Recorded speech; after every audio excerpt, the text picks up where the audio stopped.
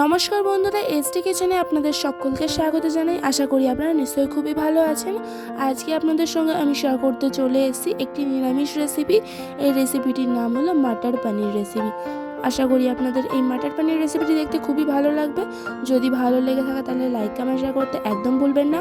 আর আপনি যদি আমার চ্যানেল নতুন হয়ে থাকেন তাহলে চ্যানেলটিকে অবশ্যই সাবস্ক্রাইব করে নেবেন। তো চলুন সম্পূর্ণ ভিডিওটি স্কিপ না করে দেখতে থাকুন। মাটার পনির তৈরি করার জন্য এখানে আমি 500 গ্রাম পনিরকে ছোট ছোট কিউবভাবে কেটে নিয়েছি। এদিকে আমি গ্যাসে কড়াই বসিয়ে নিয়েছি। কড়াইয়ের মধ্যে এবার পরিমাণ মতন আমি সাদা তেল দিয়ে দিচ্ছি। কড়াইয়ের মধ্যে সাদা তেলটা দেওয়ার পর সাদা তেলটা গরম হয়ে গেছে। এবার আমি যে পনিরটা কিউব করে কেটে রেখেছি সেই পনিরটা এবার হালকা লালচে লালচে করে ভেজে নেবো।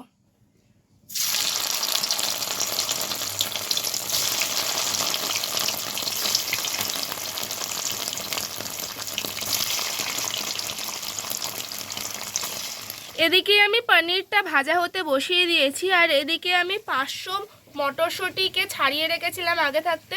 সেই মটরশুঁটিটাকে জলের মধ্যে আমি সেদ্ধ হতে বসিয়ে দিয়েছি। এবার আমি মটরশুঁটির মধ্যে 1 চামচ পরিমাণে নুন দিয়ে দেবো।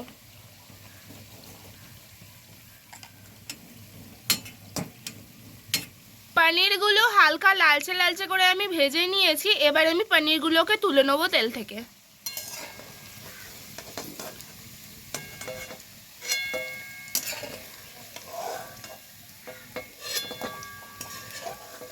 পনিরগুলো লালচে লালচে করে ভেজে আমি তো তুলে নিয়েছি। এবার ওই পনির ভাজার সেম তেলের মধ্যে গোটা গরম মশলা দিয়ে দেবো, যার মধ্যে রয়েছে এলাচ, লবঙ্গ, দারচিনি আর গোটা জিরে।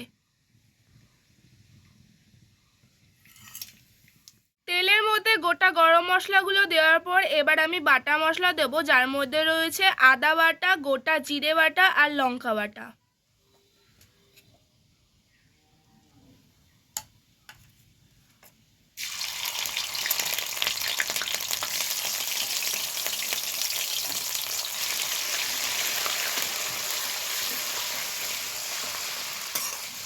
আদা বাটা, গোটা জিরে বাটা আর লঙ্কা বাটা দেওয়ার পর আমি নাড়াচাড়া করে নিয়েছি। এবার আমি এই বাটা মশলার মধ্যে দিয়ে দেবো 1 চামচ মতন ধনের গুঁড়ো।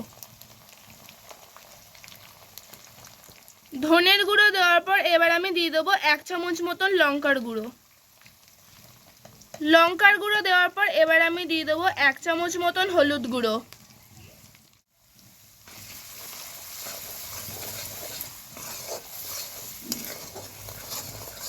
গুঁড়ো মশলাগুলো অ্যাড করে দেওয়ার পর আমি নাড়াচাড়া করে নিয়েছি। এবার আমি দিয়ে দেবো টমেটো বাটা।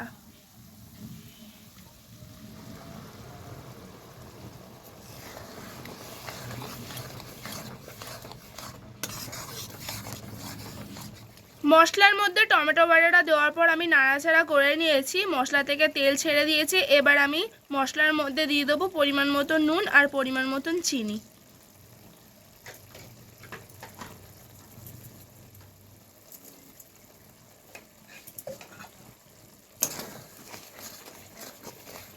পরিমাণ মতন নুন আর পরিমাণ মতন মিষ্টি দেওয়ার পর আমি নাড়াচাড়া করে নিয়েছি। এবার আমি মশলার জলটা দিয়ে দেবো মশলার মধ্যে।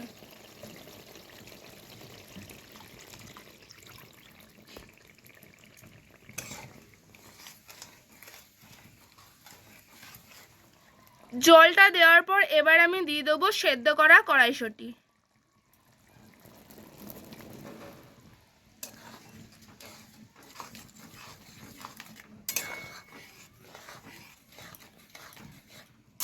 কড়াইশুঁটিটা দেওয়ার পর আমি ভালোভাবে নাড়াচাড়া করে নিয়েছি। এবার আমি এর মধ্যে দিয়ে দেবো কসুরি মেথি।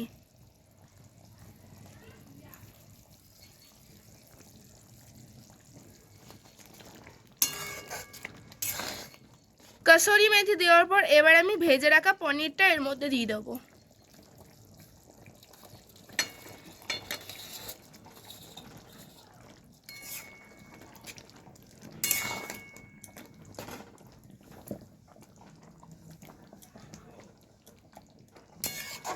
পনিরটা দেওয়ার পর আমি নাড়াচাড়া করে নিয়েছি। এবার আমি দিয়ে দেবো অল্প পরিমাণে গরম মশলার গুঁড়ো।